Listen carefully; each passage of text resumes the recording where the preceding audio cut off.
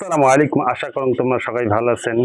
আজকে একটা মুই খুব সুন্দর হাদিস নিয়ে আসছি। হাদিসটা আপনারা শুনবেন অবশ্যই। যেহেতু আজকে আমরা সবাই জানি 12 রবিউল আউয়াল আমাদের নবী সাল্লাল্লাহু আলাইহি ওয়াসাল্লামের জন্মদিন। আমাদের নবী সাল্লাল্লাহু আলাইহি ওয়াসাল্লাম ও সাহাবাগণ কিভাবে ভালোবাসতেন আর আমরা কিভাবে ভালোবাসতেছি তার একটা কথা। হযরত খুবাইব রাদিয়াল্লাহু তাআলা আনহু নবীজিকে কেমন ভালোবাসতেন।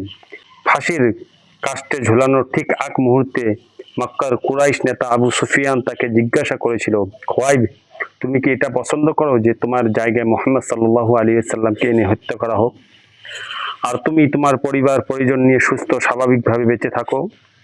ইমানের চরম অগ্নি পরীক্ষায় খুবাইব রাদিয়াল্লাহু তাআলা আনহু বজ্রের কণ্ঠে জবাব দিয়েছিলেন, আল্লাহর কসম, আমার পরিবার পরিজন নিয়ে নিরাপদে বেঁচে থাকা তো দূরের কথা, আমি নিজের জীবনের বিনিময়েও এটা সহ্য করতে পারবো না যে মদিনায় অবস্থানরত আমার রাসূল সাল্লাল্লাহু আলাইহি ওয়াসাল্লামের পায়ে একটি সামান্য কাটার আঘাত লাগুক।